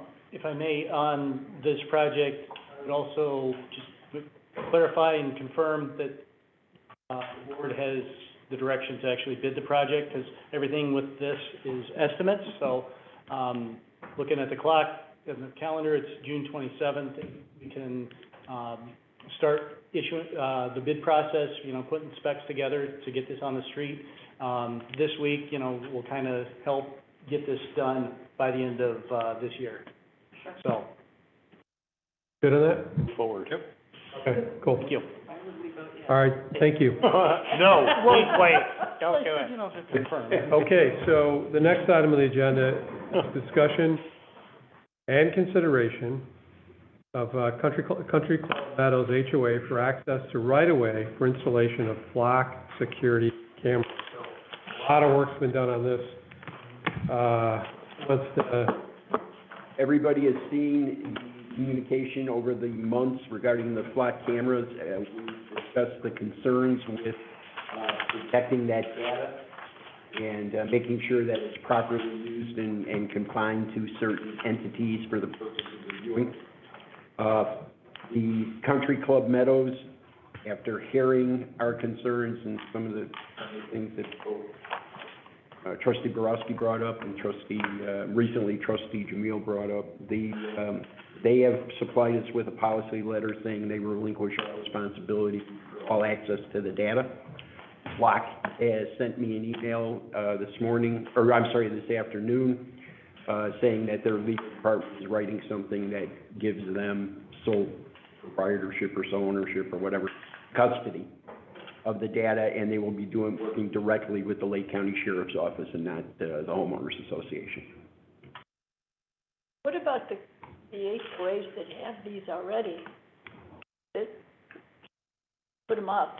Well, the HOAs who have it already have the benefit of our discussions with the Sheriff's Department to have that data be reactive rather than after the fact for evidence reason, to be able to be alerted when something happens, because prior to the HOA president's meeting, none of those HOAs knew that they could connect with the Sheriff's Department for direct access. Now that's happening. So that's a plus. Regulating control on those private HOAs and private property on how they use the data. I don't know how we would get there.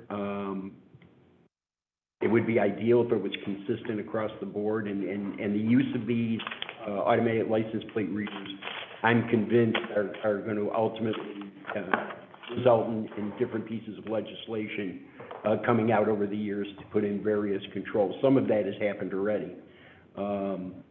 But for those subdivisions that are privately owned roads, our leverage on this was the fact that they were asking our right-of-way.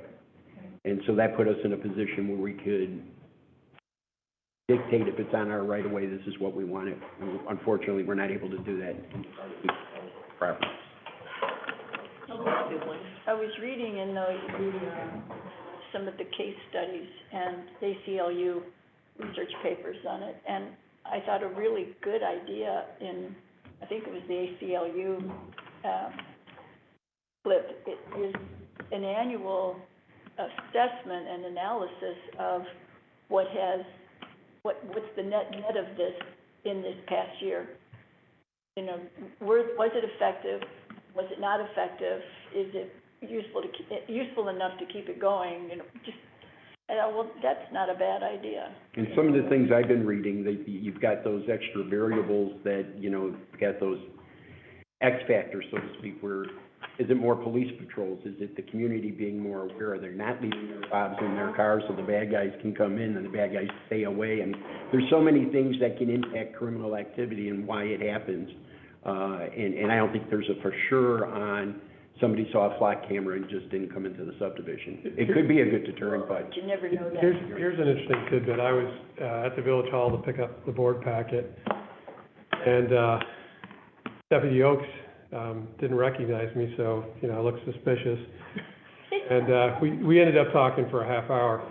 But one of the things that they get now is their dispatch, when there's a stolen car on the flock network, they get a message on their computer screen making them aware of it, so it's visible. They didn't have that before a few months ago.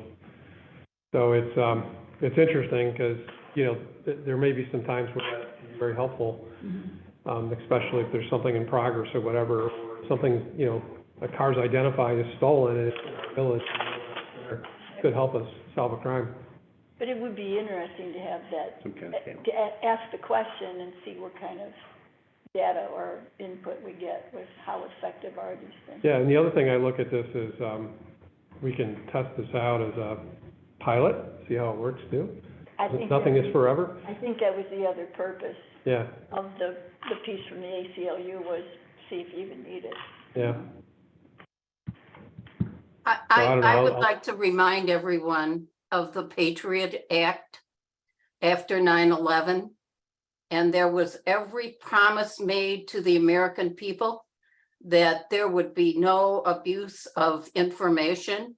And yet, look at where we are 20 years later, the massive abuse that has come from the Patriot Act.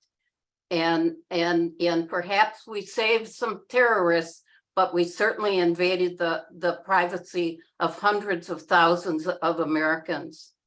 And I would remind you of Ben Franklin, who said something to the effect of those who would give up liberty for a little security are deserving of neither. My point of view. Thank you.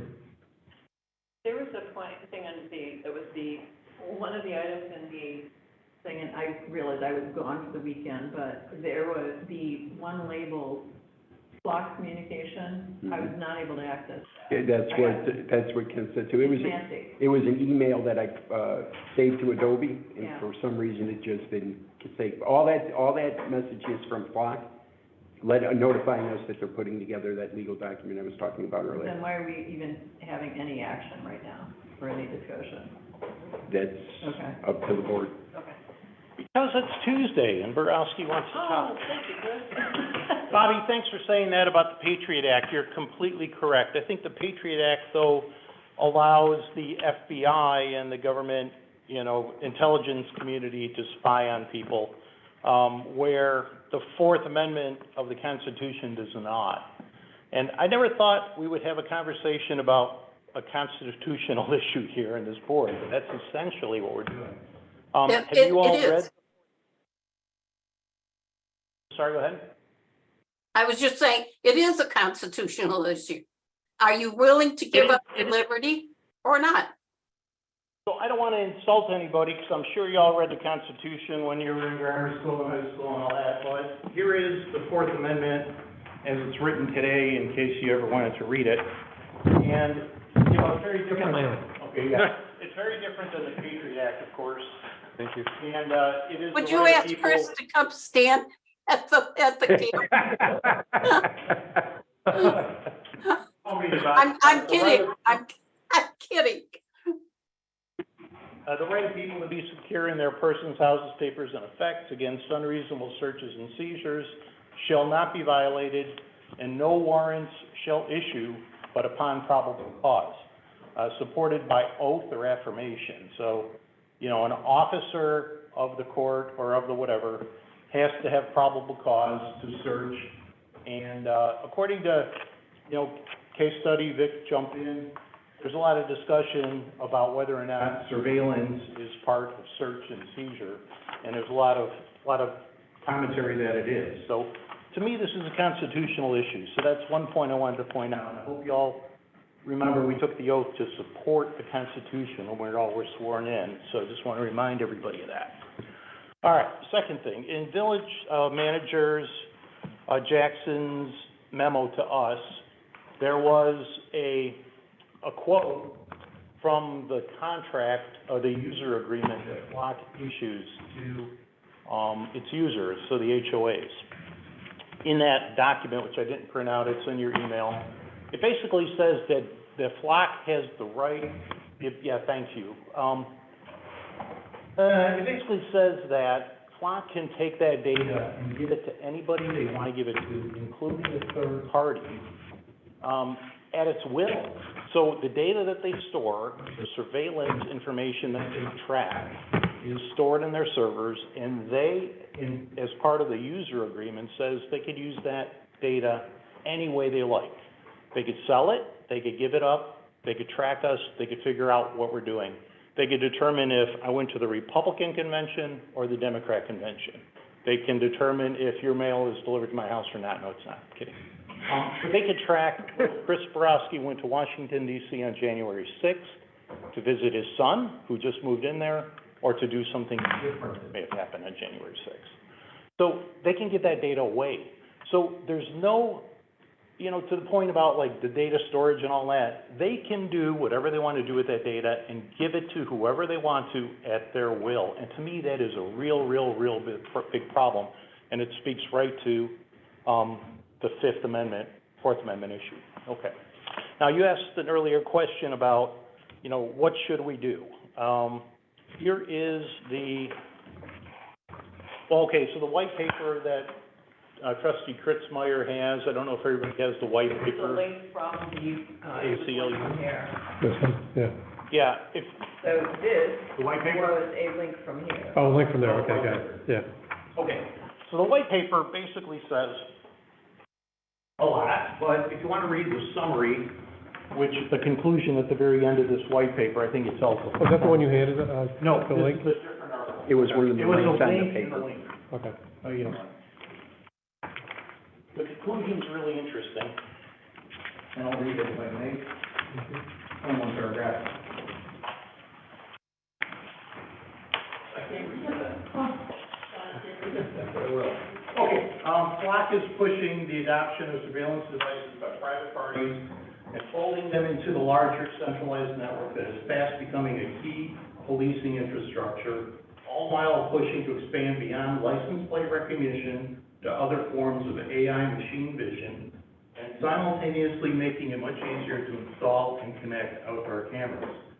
If successful, the convergence of these trends, I don't know what this word is actually, under Aegis, thank you, whether under the aegis of Flock or other companies, threatens to bring an entirely new level of surveillance to American communities, where it will further undermine Americans' privacy, disproportionately harm historically disadvantaged communities, and generally shift power to the government from the governed in our nation. Thank you. Okay, so that is interesting to me, and I think it speaks right to this issue. So the question is, what do we do? Okay, here is the state of New Hampshire's code for the regulation. It's part of the title and registration of vehicles, but it's specifically on the use of of the number plate scanning devices regulation. It's an example, but it lists very specifically towards the bottom of the document, like the 10 things that they're allowed to do with the data and the things that they're specifically looking for. Vehicles involved in homicides, vehicles involved in case-specific criminal activities. So it's very specific in terms of what it allows the users of the cameras to actually do with the data. And the ACLU basically says, if it doesn't hit the hot sheet, the hot list, delete the data. Don't store it, don't save images of people, don't give Flock the ability to track the citizens. It's saying, delete the data. So it's kind of interesting to me. I think we should put a moratorium in on Flock cameras or Motorola cameras or whatever the camera provider is until we figure out what we would like our homeowners and what we'd like the village to do with this data and how we can secure the data so that it's not just openly shared by Flock, which has the ability to do whatever the heck it wants to do with that data. Yes, ma'am. How is that any different from the information that this gives marketers all over the world? They know where I have shopped, they know where I was before I went to establishment A and where I went afterward. How is that any, this is a sincere question, how is that any different? Because they track me and they sell that information. Because we talked about buying it at an Economic Development Commission meeting. I can choose to turn that off at any time I want to turn it off. And you chose to buy a camera versus driving on a public street. I do see Right. a slight difference. But you don't have an expectation of privacy when you're driving a car. I understand, and I'm not arguing, I'm trying to square that.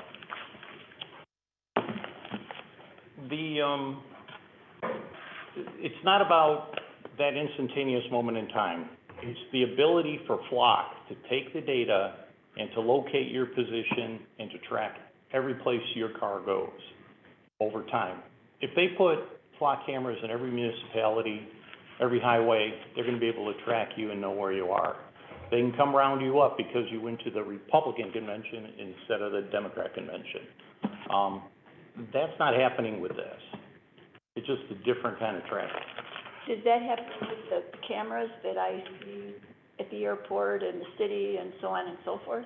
So it's really interesting. The cameras, in my opinion, it's interesting because the cameras at certain places, they talked about like the police cameras that are mounted, like light cameras and the facial recognition cameras. A lot of those do not pick up audio and conversations. So some of those cameras do not violate that whole you can't record me law, right? But the Flock cameras do pick up audio and they're lowered to the ground. So as pedestrians walking through, theoretically, Flock camera can record those conversations. If you're there and the car stops and you're having a conversation, Flock can record your conversation.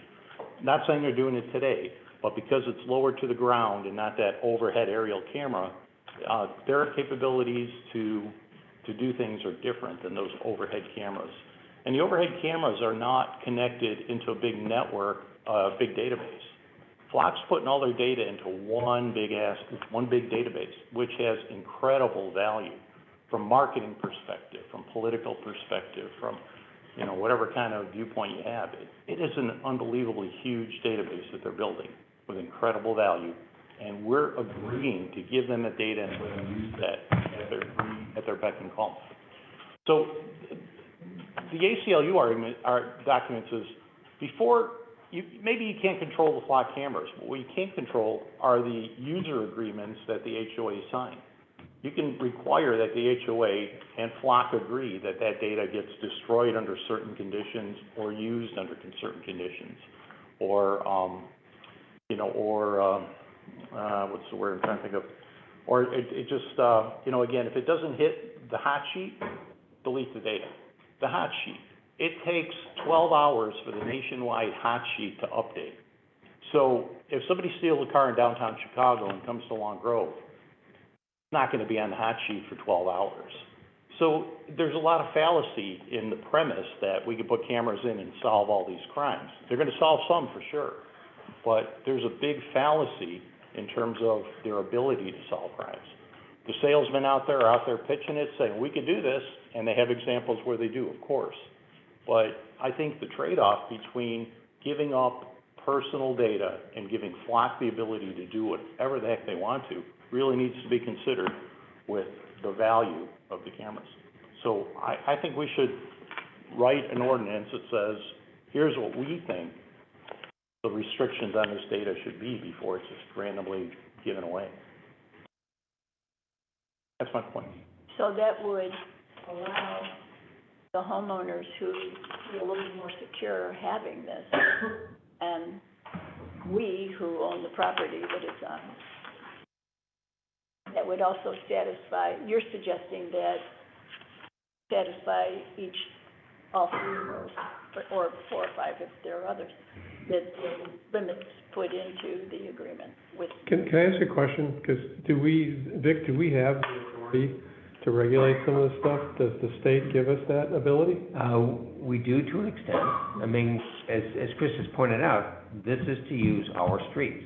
Right. And we have the ability in regulating streets, we have very broad authority generally in regulating streets, but to grant a license, we have even more authority. Okay.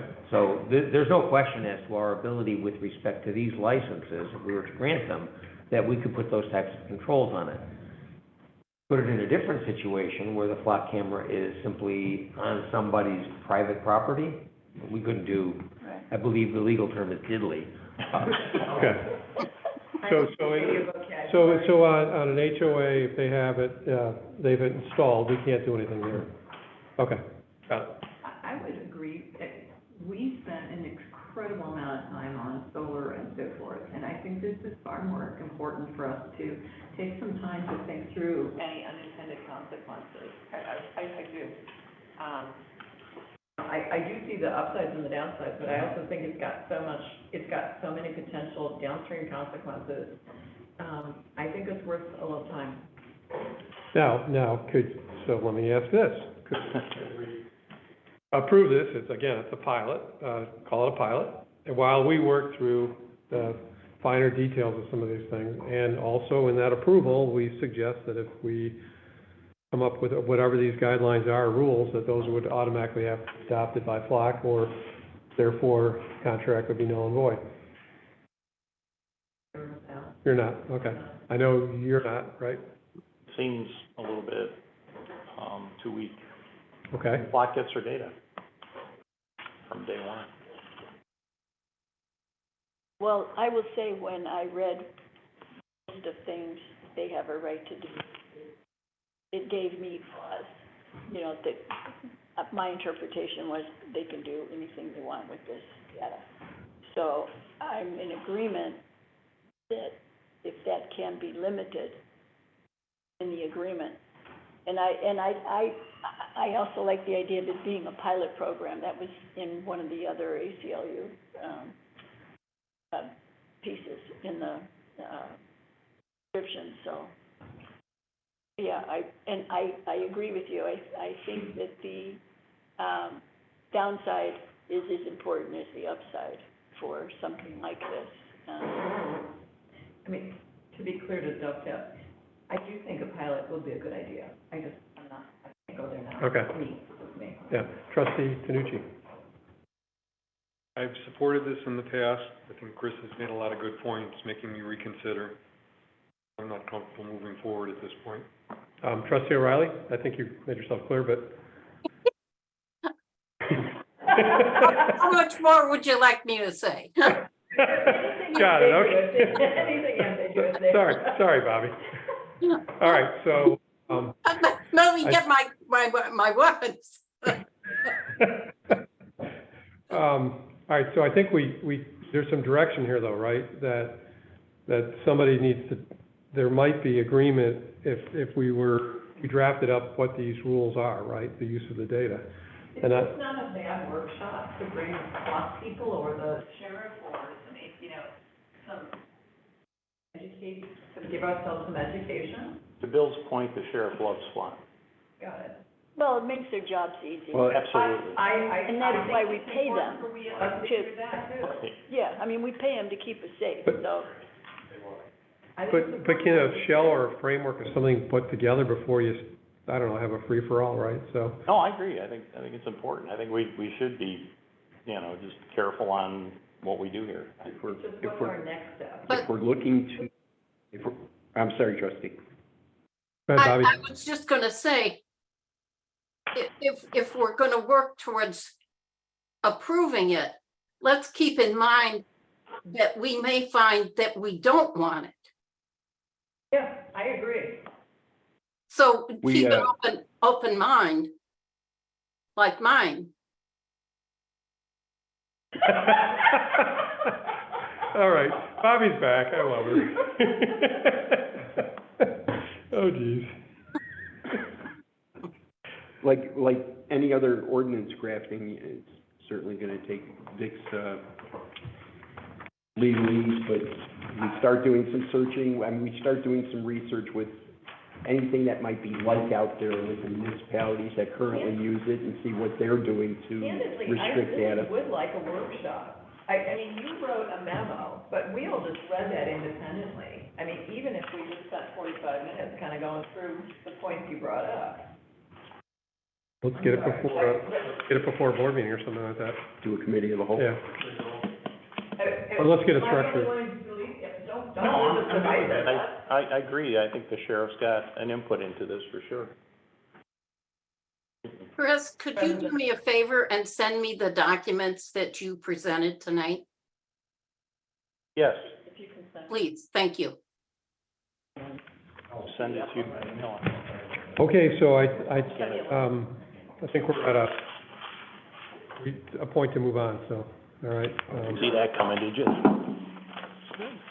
All right, next item on the agenda is discussion and consideration of an ordinance regarding the continuation of the Village Tavern liquor licenses. Village Tavern being sold, so. Go ahead, yeah. Yes, the Village Tavern is going to, change hands at the end of this month. In talking to the owners of the tavern, Mary Ann Ulrich and, the buyer, the one thing that everybody felt was important was to make sure that there's no loss in continuity of that tavern being the oldest operating tavern, and to make sure that the liquor license doesn't lapse, which allows a gap for that continuance to happen. So, we had a application submitted, it's gone through the process, Vic has, put together, the ordinance that's before you. The liquor license is done, written up, ready to go, just waiting for the board's approval. And the only reason why we have this, you may recall in our liquor code, we have the provisions of if a liquor license ends, either for lack of renewal or for termination, that instead of having an open license out there that we wouldn't be able to control, it is automatically reduced.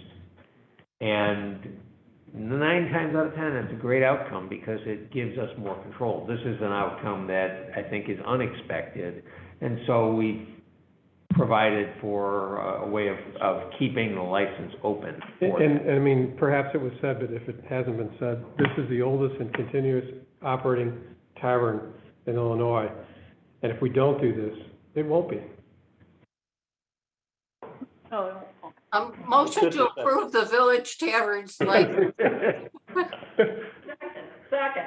Okay, so moved by trustee Riley, seconded by trustee Kritzmeyer, and there might be a question over Well, here. just a question, so did Vic, was your summary that it was originally bad lawyering, is that what you said, or?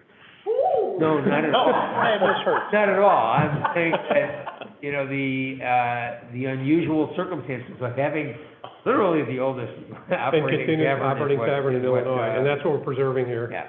So, yes. Okay, so you got the, moved by trustee It was Riley, seconded. excellent lawyering. Unusual Seconded by trustee. Trustee O'Reilly. Aye. Trustee Kritzmeyer. Aye. Trustee Browski. Aye. Trustee O'Connor. aye. Trustee Tanucci. Aye. All right, motion carried. No report for me. Trustee Browski. Couple things, just SWACO meeting was held, 2 weeks ago, week and a half ago. Just a couple of things to report from Long Grove statistics for the year, which was published during the meeting. Long Grove, collection bin in the parking lot for the clothing yielded on average of 371 pounds per month, which is not super good compared to some other collection sites, but on the other hand, we yielded 371 pounds per month, which is still pretty good. That netted us a total share payment of $176 for the year. So there you go. We added $176 to our treasury. Other municipalities who have grown that program have done things with that money, like offered a scholarship or something like that to a deserving student going into some, conservation type of field or something. So if we could build that up a little bit, we could get more revenue out of that revenue share, it'd be good. In terms of recyclables, our recycling in this past calendar year was about 911,000 pounds of recycling, which was down about 10% from the previous year, which was down about 10% from the first year of Corona, which again kind of makes sense because of all the people staying home right after the lockdown. The trash has also declined significantly this year, which is good. We have seen a decrease of, our number for the year was 2.37 million pounds of trash, down from 3.04 million, and then down from 3.2 million the previous year. Bill, I can share those, you don't have to run. I've got that in the chart I could send to everybody. So that's kind of interesting, and it's sort of what you expect as people start moving back into the workplace to some extent. Interesting to note, the overall market for recyclables is still not very strong, but it perked up a little bit. About 9% of all of the plastic that is manufactured in the world is recycled. So obviously that's a very dismal number. I mean, only 9% of all the plastic ever gets recycled. And surprisingly, water bottles would be in the recycle bin pretty heavily, but only about 23% of all the water bottles manufactured ever make it into the recycling process, which is really stunning, really. I hope our new village hall has an automatic water filler. Oh, there you go. Good bucket. Okay, so that was kind of interesting. Lake Bluff was granted, I can't remember, $18,000 to run a food scrap compostable pilot program, where they're going into a subdivision and providing small food scrap recycle bins for individual homeowners. And then when those get filled, it's going to be the homeowner's responsibility to walk them down to a collection dumpster. And they have like 4 of them located throughout the community.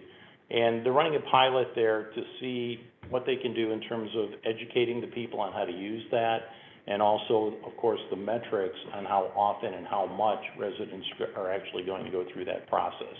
I know we have the big compostable bins that a lot of people have in our backyards here, but this is kind of more of an individualized, you see this in big cities where they give you a little compostable container that you put on your balcony as an example, and then, bring that to the collection facility.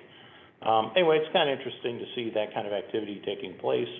I think SWACO is going to drive more and more of that, and they're going to drive more and more of that through the trash collection contracts as they become renewed throughout the county. And please don't ask me any more questions, that's all I remember. Okay, any questions for Chris? Okay, go, Trustee Chris. Nothing on the finance that I didn't already say. Question for our village. I was at the administrative hearing today, and it's interesting because there's a thing where we value conservancy.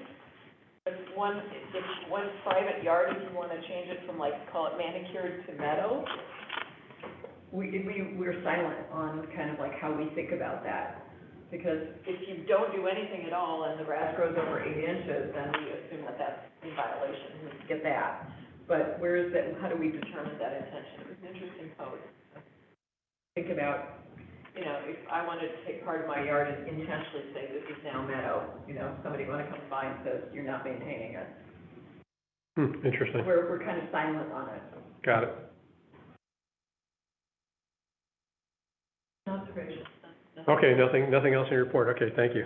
There's no takers on that one. Trustee O'Connor? Okay, Trustee O'Reilly?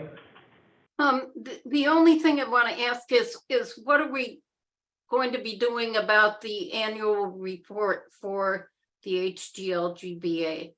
That's on my report. Yeah, so I read it somewhere, and as I recall, I think it was Ann and Mike Marr who had an agreement that that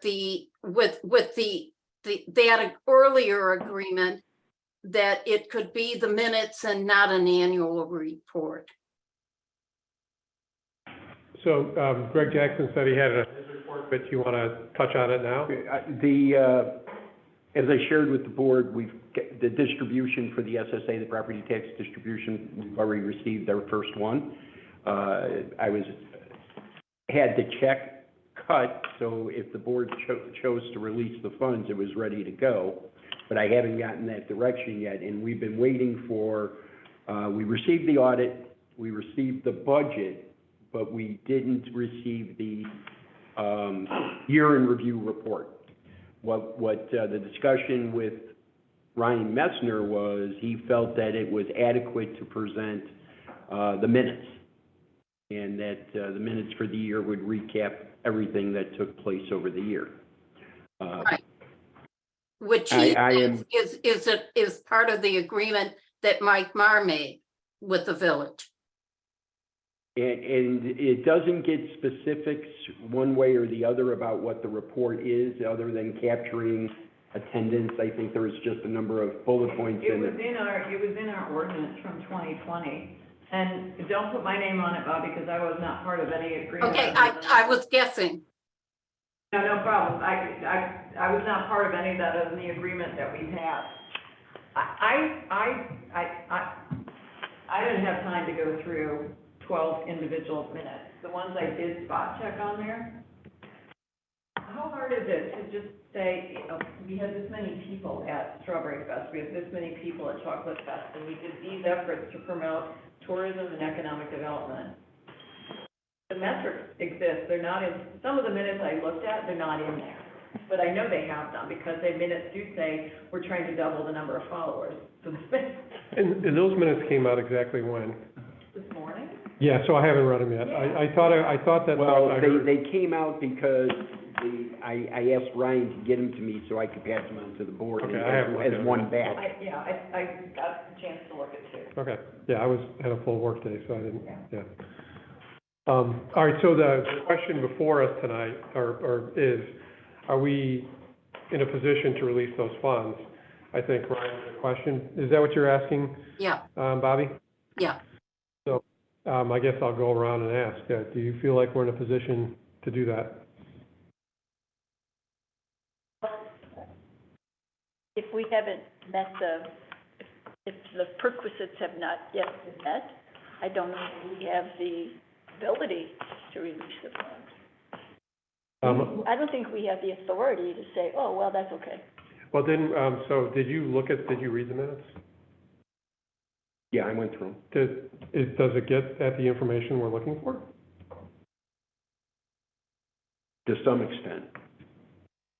I mean, there are things that when you look at the ordinance that are missing. I think we've been pretty clear about this the last 2 or 3 years. This is not new. So I don't understand what the reluctance is to cooperate. I don't understand the reluctance either. It's very frustrating.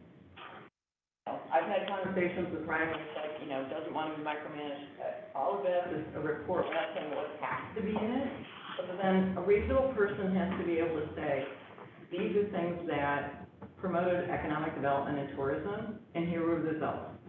Nobody's gonna hit him over the head and say those results stink. Nobody's gonna hit him over the head and say, well, you know, if this was reasonable that it promoted that and it didn't work, that's fine. how you do things. Things do fail. There's no hitting on heads, but we don't have anything. Ken? Yeah, I remember going through this last year also. They didn't give us what they were required to give us. Should ask for it. Chris? I'm with Dan. Okay, so, I guess you have direction, and I haven't read them yet either, so I don't know what's in there, so, Oh, you're right, yeah. it's just reporting. All right, Okay, well, that so we, clarifies it. I'm Yeah. frustrated. I'll work with it. okay, anything else? Trustee O'Reilly? No, Thank you. Trustee Tanucci? Nothing to report. Okay, Village Manager Jackson's report. Some things very quickly. Staffing wise, Dana came on board. We also have Kinga Hasselo, who had started on Monday. Yeah, exactly. Say that again, please, so we all get it correct. Kinga Kinga, Hasselo. Hasselo. Yeah. Thank you. And she started on Monday. She's been working with Margarita and a little bit with Natalie, trying to get used to how we do things here. Big shoes to fill, as we obviously know, with Sherry Lee. Sure does not have big feet. I don't know what you're talking about. That's not what I'm... Geimer Development, we're gonna have a pre-planning meeting on the 7th. With the property owners, property managers of Geimer property. They've got a plan, a layout, commercial development that they're bringing to the table. This has been a result of some aggressive pushing on our part, on staff's part, to get this moving along, as well as President Jacob on it. So we're having a full-blown pre-planned meeting on the 7th, and the drawing they presented to us at concept meeting yesterday was pretty interesting. So they're also talking about, one of the conversations was a potential Tesla dealership. Cool. Potential what? Tesla dealership. So we'll see where that all goes. It's all out there right now. They're just trying to get a sense of what they can go out and market. Maybe we could get chargers at Stemple. Yeah. That's in the capital improvement plan. Is that only commercial, or are they putting any residential? No residential. Okay. They walked back to the residential. So, yeah, was it, so, GM, is it Ford, Yes, and then Rivian all joined the Tesla charging network. right. That's pretty cool, actually. So now you've got a de facto standard happening, so you could move ahead with a Tesla charging station and not just charge Teslas. Correct, so it's an interesting, some interesting news, right? So, It needed to happen. yeah, it'll be a de facto standard, so, And they like to put them near shopping centers so people have something to yeah. do while they're charging. We just need to tell ComEd we need reliable electricity, it's gonna, 99%. We bought a lot of food this weekend. Go ahead, I'm sorry. The South 15, we've got plans coming to the table next week. The company that was looking to put a gas station there has hired the former secretary of IDOT as their lobbyist, and it appears they've made some inroads with IDOT on at Fourth Lake. So they are coming with the drawings next week to include the IDOT traffic light, or the traffic light. So that was, we're pretty excited. Jeff was on a call with me with the lobbyist and talking about where this would go, so we'll see. Why are you excited? Because it's going to potentially be some other commercial development, looking at the gas station, and then commercial development pads on the rest of the property. Okay, so we know what that looks like at all? No, that's what we're waiting to see. Okay. Yeah, I'm not sure I wanna see a gas station. What if it didn't look like a gas station? No, a gas station. What if there were like I know. 6 homes, which is what I noticed they're building a lot of lately. They're low slung. They're logos, but they're on signs no higher than this table. I think it's primarily a convenience store that happens to sell gas. Yeah, that's what they are in Kansas City, that's where I'm seeing them all the time. Lake County Symphony Orchestra, I ran across an advertisement for them today saying that they were going to have a Fourth of July concert at Buffalo Creek Brewery. They are charging tickets for it, and they may have been supported by a private donor along the way. But they never submitted a application for a special event or for a raffle. They said they were not aware that they needed to. That could be, don't know for sure, but they're planning on moving ahead. They advertised. I have a copy, that's what I made copies of for the board, because I told them to actually get in. Of the application, the only thing I'm waiting for is the certificate of insurance and the raffle. If the board's so inclined to say yes, it can be, correct me if I'm wrong, Vic, it could be ratified at the next meeting. Or we can tell them no. Why would we do? Why would we do that? All right, so let's go around the horn. Any objections to, Putting the options out. allowing this to go ahead, and proceed and then ratifying at the next meeting? Bobby, you okay with that? People that stand 100 feet away and listen anyway. That'll be Rita. You okay with it? Are you okay with it, Trustee O'Connor? Thinking he'll make it. Are you okay with it, though? Yeah. They're gonna Trustee Tanucci? It's hard to have a cone of silence. Trustee Tanucci, are you good with it? Yeah, that's fine. They're gonna use the tent. Trustee Kritzmeyer, are you good with it? Are you good? Trustee Browski? Too early. I'm sorry, I don't have detail. Okay, so, but there's enough here present that we've got a majority, Yeah, I'm not gonna, so we'll ratify it the next meeting? yeah, people enjoy it. All right, do you have direction? Mhm. Okay. The last thing I have is July 19th. I got a call from the Historical Society today. They're doing a tour of the Archer School and the barn, and they'll be out here for probably a half an hour, a group of people, some seniors, so they've asked if they can just have their cars out here while they do the tour. So if anybody's in the area and they see all the cars, they just wanted to make sure that everybody knew there was an event going on. July 19th? So Wednesday. Okay. Anything else? No, sir. Is it a Wednesday? Oh, that's wrong week, okay. Yeah. So with nothing else on the agenda, can we have a motion to adjourn? So moved. Moved by Trustee O'Connor, Second. second by Trustee Kritzmeyer. Trustee O'Connor. Trustee Swift. Trustee Borowski. Trustee O'Reilly. Hi. Trustee Tanucci. Aye. Meeting adjourned. Good night, everyone. Hi, John.